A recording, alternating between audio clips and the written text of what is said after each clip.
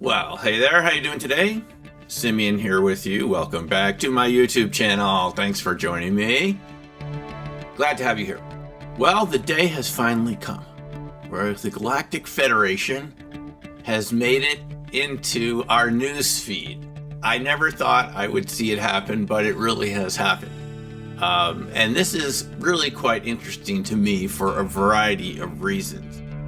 There was a news headline recently from the Jerusalem Post in Israel that the former head of Israel's space division, space program, I guess it would be the equivalent of our head of NASA here in the U.S., Haim Ashed, I think it's how you pronounce his name, has come forward and said that the U.S. and Israel have been in contact with the Galactic Federation and that they've asked the U.S. and Israel not to go forward with plans for disclosure right now, something to that effect, because the Galactic Federation members thought it would cause too much panic on Earth. Now, people have had a lot of different reactions to this.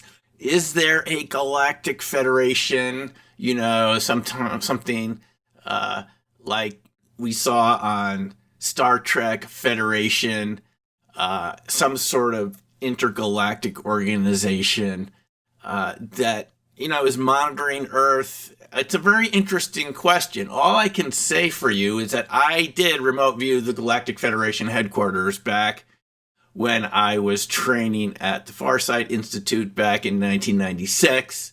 And later on, when I was an instructor there, we did give this target to students again, the Galactic Federation headquarters and related types of targets.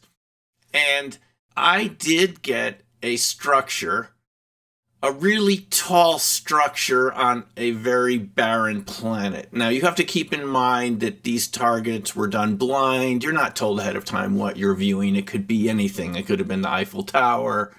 Could have been Mount Kilimanjaro. It could have been the Washington Monument, or at the time, President Clinton. But I did the target as the other students did in the class, and I remember a very tall kind of obelisk-like building on a very deserted-like planet. I remember getting occupants inside this building.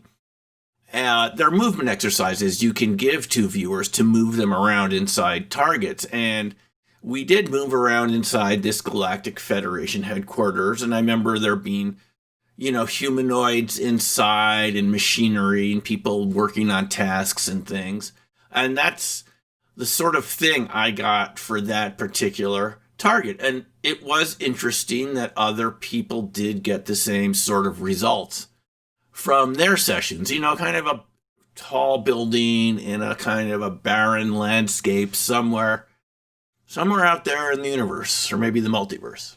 So what does this mean? How do we interpret results like this? Well, this is what we call an unverifiable target. Unlike other worldly targets or targets within our solar system or something that we can verify with feedback at the end of the session, this type of target, we can't really verify it. So we can't really say exactly if our sessions were accurate or not. They're just sessions and you had an experience doing it. Is there a Galactic Federation?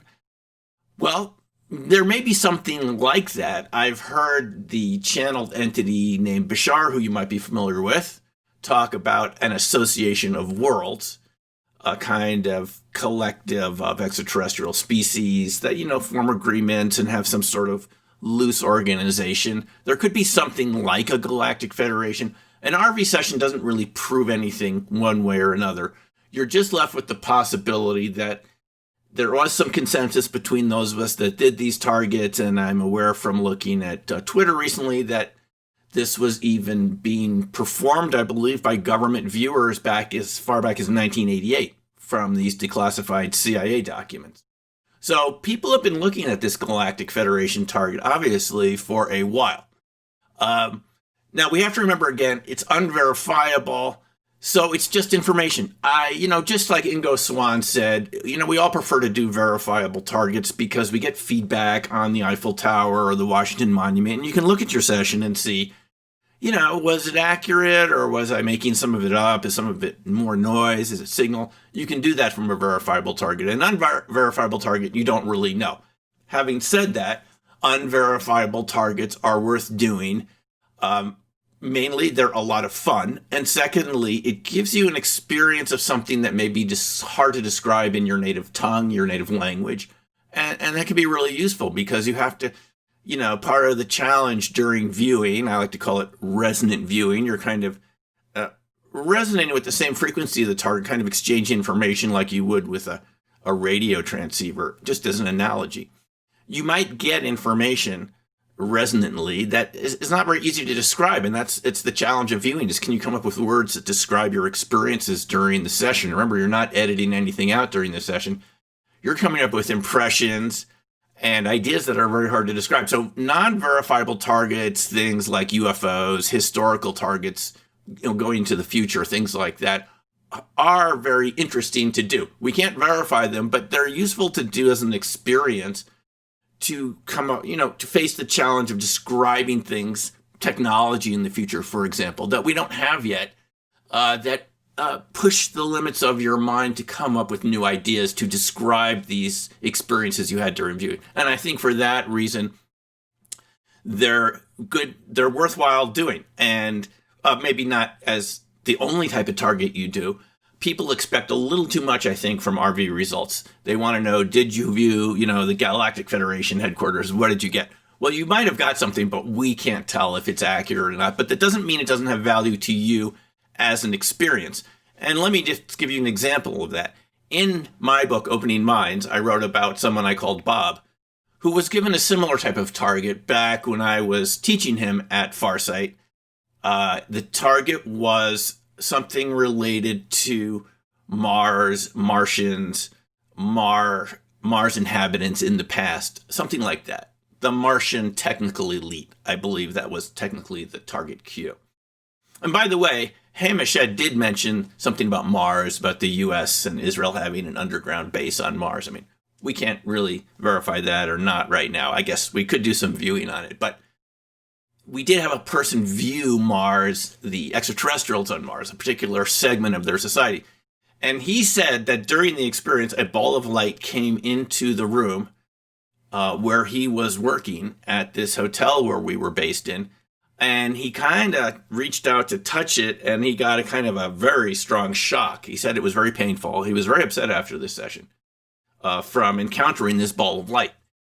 And that sort of experience kind of goes hand in hand with these types of targets. In other words, what I'm suggesting is that when you view targets that are unverifiable and may push your experiential levels of description to an extreme, you have to kind of widen your bandwidth. And in the process, you start experiencing a broader range of phenomena, which might be there, but we don't see most of the time. This idea that we're perceiving a lot more than our conscious mind is aware of, a theme of the book The User Illusion by Torres Neurotransmitters, which Ingo Swann mentioned on more than one occasion. We eliminate huge amounts of data that come into our physical senses just because our conscious and unconscious minds don't feel that they're relevant, and it gets deleted.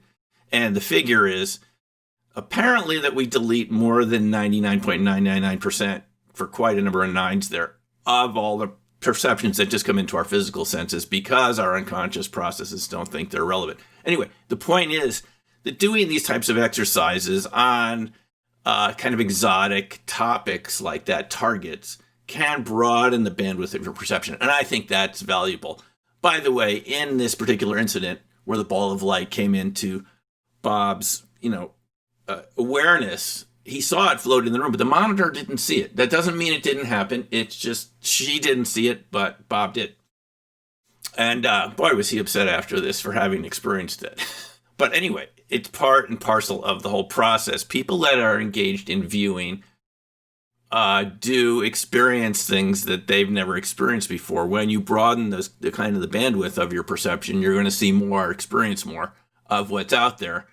Perhaps in some ways it can be uncomfortable at times, but that's the nature of dealing with more of reality. It can be exciting and it can be challenging. And so that's what I would say about these types of targets. It's fun to view them. You can set these up with a friend of yours, have them pick some targets and some verifiable targets, put them in an envelope, and they pick one out. Don't tell you what it is, and you view it and see how accurate it can be. Of course, you're welcome to look at some of my online classes if you'd like to try it out for yourself. And see how it works for you. But anyway, these unverifiable targets are a lot of fun. The Galactic Federation headquarters target was a lot of fun, and it was a lot of surprise for me to see that particular name show up again in the public discourse. I'm not sure where it came from originally, but again, to sum it up here, it might exist. There might be something like that. It might be like the sessions we got. We'll have to wait for future information to know whether our targets were accurate or not. I think for the moment we'd have to say in Ingo's parlance that we can't confirm one way or another, but it's certainly an interesting experience, and I think it's one that has value to do for the reasons I just explained. So now, to learn more about remote resonant viewing, subscribe to my channel here at the link below, or take a look at my website, learnrv.org. Learnrv.org, where I have information about upcoming classes, self-paced RV classes that you can do on your own, and similar information. Okay, thanks, and we'll see you in the next video. Take care, and bye.